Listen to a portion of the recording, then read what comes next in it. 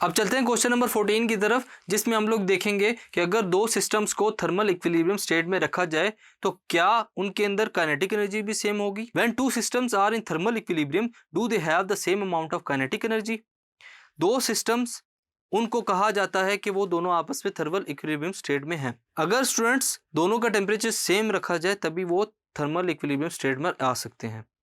लेकिन जो टेम्परेचर है वो अगर मेजर किया जाए, वो किस फॉर्म में मेजर किया जाता है स्टूडेंट्स, मोशन ऑफ मॉलिक्यूल्स की फॉर्म में। हम लोग कहते हैं temperature is directly proportional to average kinetic energy, यानी कि टेम्परेचर अगर किसी बॉडी को दिया जाए कॉन्टिन्यूसली तो उससे बॉडी के जो पार्टिकल्स स्टूडेंट्स उनकी kinetic energy Aahista Aahista increase करती जाती है। सो जब दो सिस्टम्स को थर्मल इक्विलिब्रियम में रखा जाए तो दोनों की जो काइनेटिक एनर्जी है स्टूडेंट्स वो सेम होंगी। क्यों? क्योंकि काइनेटिक एनर्जी जो है वो डिपेंड करती हैं किसके ऊपर, टेम्परेचर के ऊपर। Thank you.